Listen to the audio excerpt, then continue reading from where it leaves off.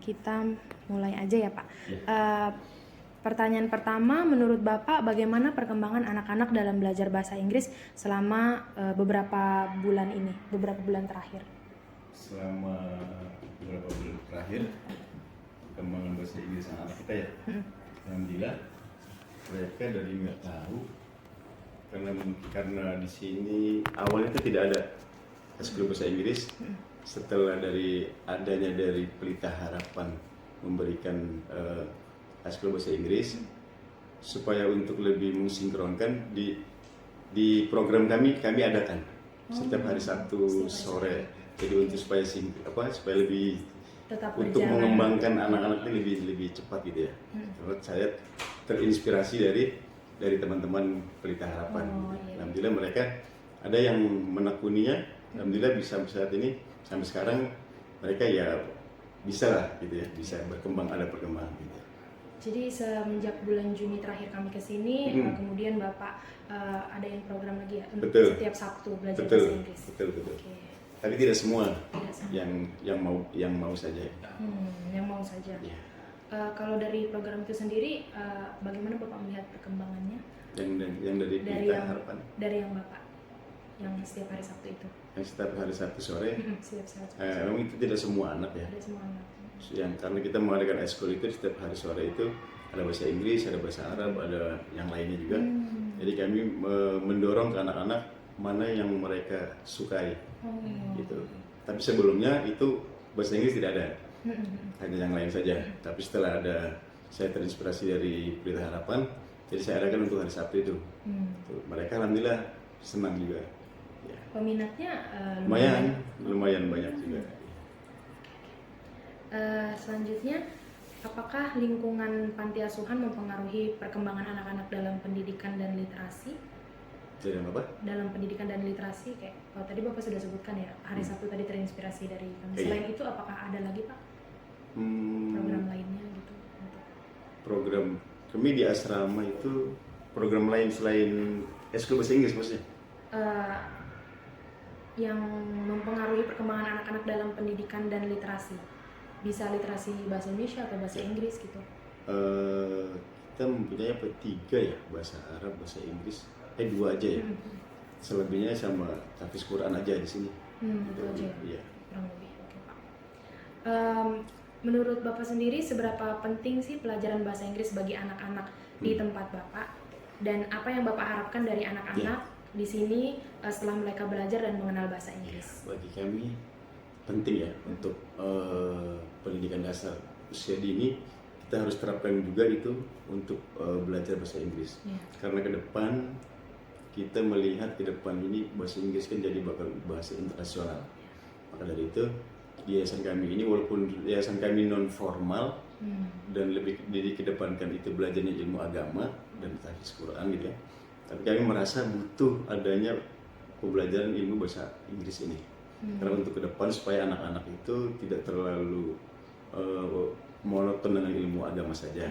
Karena ke depan yang saya bilang tadi, saya katakan bahasa Inggris pun sangat penting untuk ke depannya. Karena nanti ke depan bahasa Inggris ini akan menjadikan salah satu bahasa internasional gitu ya. Jadi kami selaku pengasuh mendukung dan mensupport habis ya untuk pembelajaran bahasa Inggris ini yang dibimbing oleh dari Pelita Harapan ya. Terima kasih Pak. Selanjutnya, sebagai warga yang tinggal di sini dan banyak berinteraksi dengan warga sekitar sini, menurut Bapak masih banyakkah yang kurang memandang pendidikan itu adalah suatu yang penting, khususnya pendidikan bahasa Inggris, atau mereka semua setuju bahwa memang pendidikan bahasa Inggris ini penting? Kalau untuk masyarakat melihat, ya namanya biasa manusia ya, ada yang senang, ada yang tidak, ada yang pro dan kontra. Tapi yang kontra pun tidak menunjukkan, mereka tetap ya cukup diam gitu. Tapi mayoritas senang dengan ada pendidikan seperti ini. Karena saya melihat sempat di bulan-bulan yang lalu anak didik kita yang selain anak didik kita yang di sini juga ikut belajar. Dia tanya sama saya, boleh nggak kalau nggak belajar di sini tapi ikut bahasa Inggris? Boleh, saya perbolehkan seperti itu. Karena mereka juga sama, dipikir dia kalau kursus atau apa namanya eskul di tempat lain gitu ya, kayak apa namanya itu, kalau itu belajar les gitu, dia berbayar kan. Jadi di sini kan gratis gitu ya. Dia lebih memanfaatkan waktu itu untuk anaknya juga, karena mereka melihat ini bagus gitu, ini baik dari pandangan masyarakat, ini bagus. Berarti Bapak langsung mempromosikan, oh di sini ada Iya. les bahasa Inggris ke orang tua gitu ya? Iya betul. Kalau Karena saya sendiri melihat ini bagus programnya gitu. Dari awalnya saya pun tidak langsung menjudge ini bagus, saya kan melihat dulu. Tapi sudah beberapa bulan berjalan, alhamdulillah ini sangat, menurut saya sangat bagus. kalau untuk yang setiap Sabtu sore itu pengajarnya dari Bapak sendiri? Pengajar dari sini. Dari sini. Iya. Mereka kuliahnya di Al Azhar kalau nggak salah. Oh, mahasiswa Pak? Mahasiswa. Mahasiswa. Oh. Masih mahasiswa juga. Dia lagi S2 kalau nggak salah. Oke. Baik, selanjutnya Pak, Bapak sebagai orang yang paling dekat dan sering berkomunikasi dengan anak-anak di sini, kira-kira topik seperti apa sih Pak yang menarik perhatian mereka dalam belajar? Kayak topik yang sering dibahas, mungkin tentang daerah pesisir atau justru malah hal-hal yang berbeda dari konteks pesisir. Hal-hal yang disukai anak-anak, topik-topik apa sih? Topiknya gitu ya. Iya. Mereka lebih seneng kayak di pegunungan gitu kalau bicara topik. Ya kalau pesisir laut mereka udah Tapi dengan begini, jadi belajar itu tidak harus karena yang paling pertama, saya pernah sempat bilang juga sampai ke Michael, anak-anak kita di sini itu mungkin rata semua, hampir anak-anak itu untuk bisa lebih dekat kepada anak-anak untuk belajar. Gimana caranya? Kita supaya bisa dekat dulu. Supaya mereka, anak-anak kita bisa nyaman dulu. Kasih yang itu dulu maksudnya, jangan sampai baru belajar langsung belum gitu ya. Mereka tidak nyaman, jadi mereka tidak akan bisa mengikuti. Tapi lebih komikal, lebih paham daripada saya. Ya seperti itu aja. Jadi kalau bisa juga yang di luar dari konteks yang sekitar sini juga mereka mungkin tertarik ya. Mau dia tertarik ya. Oke, Pak. Selanjutnya teknologi elektronik seperti apa yang anak-anak di sini sering gunakan Pak? Dan apakah rata-rata mereka memiliki alat elektronik tersebut seperti Sampai HP sekarang paling hanya di handphone saja. Ya. Apakah semuanya ada Pak? Kalau handphone hampir rata ya sekarang, apalagi zaman sekarang, anak-anak sekarang segini aja udah punya handphone. Jadi dari kelas 1 pun mereka punya Pak? Iya. Punya semua. Cuma kalau lepas belajar mereka nggak boleh bawa handphone.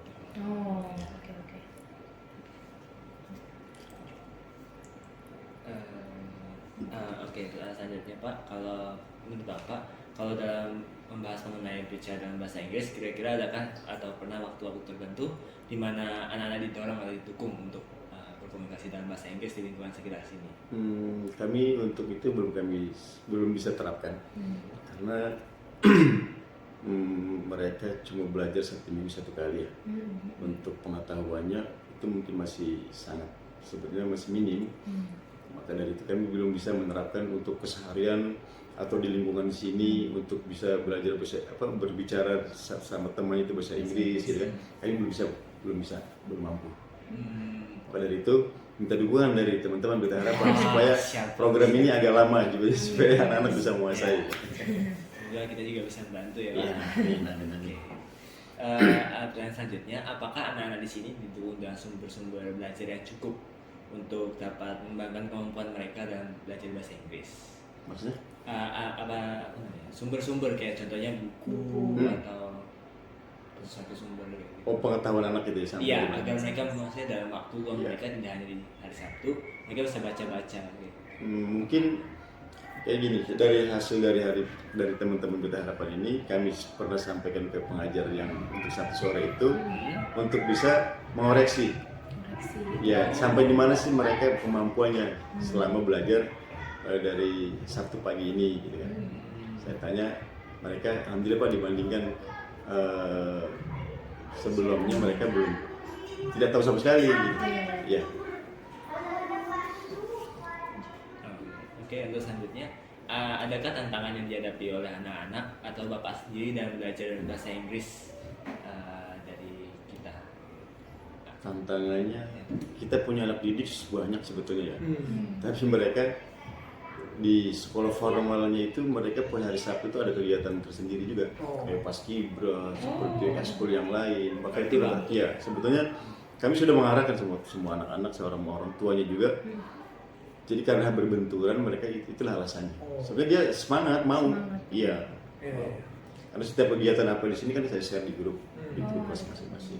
Kalau dalam belajar bahasa Inggris sendiri, kalau pas mereka belajar ada kesusahan nggak? Maksudnya kayak Saya pikir mungkin kita bisa saya belum pernah membandingkan. dengar ya. Oh. Saya nggak dengar, kayaknya enjoy aja. Oh. Karena kalau mereka udah tahu nih gimana cara mengajar anak ini sambil bermain begini gitu kan. Makanya dia happy. Happy ya. Alhamdulillah. Oke, selanjutnya apakah Bapak pernah lihat maksudnya anak-anak di sini pernah berbicara dalam bahasa Inggris, mencoba berlatih sendiri seperti Yang itu? tadi saya sudah sampaikan, Iya. saya belum mampu menerapkan itu, belum ya. Nanti, Iya. tapi insya Allah kalau kita harapan di lama, jangan itu bisa saya terapkan. Iya. Ya, insya Allah. Oke, pertanyaan terakhir, nih, apa tantangan terbesar bagi Bapak yang hadapi saat membantu anak-anak yang baru masuk ke tahap SD untuk membantu mereka seperti belajar membaca, belajar menulis dalam bahasa Indonesia ataupun bahasa Inggris? Tantangannya ya. Ya. Apa ya? Sepertinya itu ada sama gurunya sih sebetulnya. Mungkin ada wali kelasnya masing-masing. Iya. Saya hanya mengarahkan supaya untuk bisa belajar lebih baik gitu kan. Tapi kalau untuk masalah itu mungkin wali kelas yang lebih tahu. Wali kelasnya masing-masing. Berarti di sini memang berapa kelas Pak berarti Pak? Ini 11 kelas ya? Ya, semua itu 140 siswa. 145 kalau nggak salah. Berapa lebih? Ini kan fokusnya di Hafiz ya Pak ya? Ya. Itu berarti, sorry saya kan mungkin nggak banyak pendapat untuk Hafiz. Berarti dibikin juga kelas-kelasnya, kelas Tingkatannya. iya, Iya, tingkatannya kami buat di dari, SD gitu. dari seperti kayak di SD gitu ya. Aha. Dari dasar sampai di yang sudah mahir dalam membaca Al-Quran. Kalau dasar kan belum tahu apa, belum tahu Iya. huruf. Kayak bahasa Inggris gitu kan, misalkan buku itu apa sih bahasa Inggrisnya? Iya. Kayak gitu. Terus kalau Iya. itu kan baru pengenalan istilahnya ya.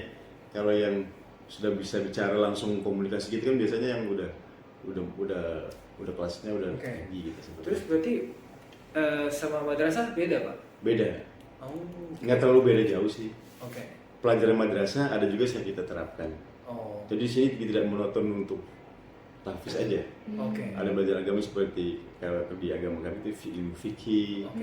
ilmu akidah akhlak, adab gitu kan. Itu kan yang Oke. ada di madrasah juga. Oke. Ya. Makanya sebenarnya rame di sini ya. Tadi 140 orang ya Pak. 150-an. 150-an ya. Dan kebetulan ini waktunya waktu terbaik ibaratnya lah ya. Iya. Tapi memang sangat banyak kegiatan dengan anak-anak di sini. Jadi ya. Berarti kan tadi saya juga baru ngeh gitu, berarti gak semuanya di sini tinggal di sini kan? Enggak, Berarti yang yatim itu enggak di sini semua. tapi semua ini Wilayah Morangkai. orang sebenarnya semua murid tahfiz di sini ya Iya. semuanya. Oke. Dan berapa tinggal yang di Tanggul, ada berapa yang tinggal Iya, yang di komplek, yang di RW 11, RW 1, RW 21, ada yang di RW mana? 20. Kemarin sempet yang tidak belajar di sini kan ikut. Karena saya promosikan ke orang tua sekeliling, warga sekeliling. Emang boleh, bayar nggak? Enggak, gratis. Makanya dia ikut dia semangat. Boleh nggak apa-apa sih kalau boleh. Iya. Jadi memang apa juga kita sih lebih ini kita ada program dibantu sama Allah sama di Bimas ya. Memang sih kalau selama ini memang kelasnya itu oke dalam arti tapi kayaknya masih bisa juga ditambahkan juga sebenarnya orang-orangnya kan. Sekarang kayak sana 30 orang kan itu. Kemarin tuh lumayan banyak ya? Sampai 50 dulu. 50-an. Ini kan baru mulai lagi, nanti juga pasti nanti saya kasih tahu lagi. Iya. Jadi Baru saya sampaikan ke wali kelas untuk menginformasikan kalau Sabtu ini bahasa ini dimulai lagi. Mungkin anak-anak ada yang pas dikasih informasi itu lagi pas tidak masuk atau gimana. Tapi nanti dia dengar dari teman-temannya.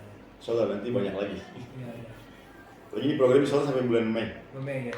Mei tapi mungkin pas lagi libur atau tahun baru kayak mungkin kita ada libur kan. Iya. Tapi kita usahakan ini terus bisa berlanjut ya. Kita juga alhamdulillah ada pendanaan dari kampus. Kalau ada proposal kita diterima, biasanya diterima terus ya. Karena kita kan memang serius ya, kita punya rekan yang jelas di yayasan atau iya, jadi bukan yang kita iseng-iseng doang. Langsung memang menyampaikan berbagi ilmu itu kita nggak main-main. Iya. Dan tadi udah seperti ini ya, di wawancara kayaknya tadi saya dengar sekilas kalau ada perubahannya ya Pak ya. Perubahan dari anak-anak SMA 2 tahun. Ada perubahan dan yayasan kita juga mengadakan perubahan. Saya terinspirasi dari sini, jadi Sabtu sore itu saya adakan eskul dia bahasa Inggris. Oh iya. Jadi penambahan. Wow. Ngapain tuh Pak?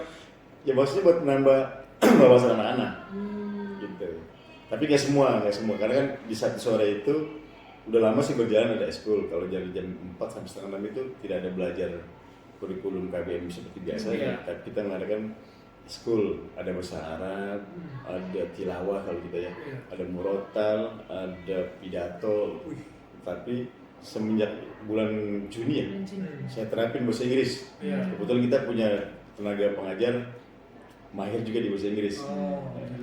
Jadi supaya paginya ada, sorenya ada. Saya tahu yang benar-benar anak ini punya bakat, supaya ke depan itu bisa ditonjolin bakatnya bahasa Inggrisnya. Nah, bagi suaranya digembleng juga gitu. Iya. Karena sekarang kan bahasa Inggris itu penting kalau Iya. Apalagi saya punya anak di pesantren itu 1 minggu bahasa Arab, 1 minggu bahasa Inggris. Ketahuan sama pihak pesantren gak bahasa Inggris sanksi. Kalau yang laki-laki itu dibotakin kalau misalnya. Itu wajib kok mereka. Harus bahasa Inggris 1 minggu berbahasa sama teman-teman itu. Ya, itu yang dimaksud tadi yang Teman kalau di sini kita belum bisa. Karena kan belajar hanya cuma berapa jam gitu ya. Mereka belum bisa benar-benar menguasai semuanya. Pengen sih, kita pengen banget seperti itu. Tapi ya kalau saya perhatikan, karena kita kan juga yang memang terus berlanjut ya.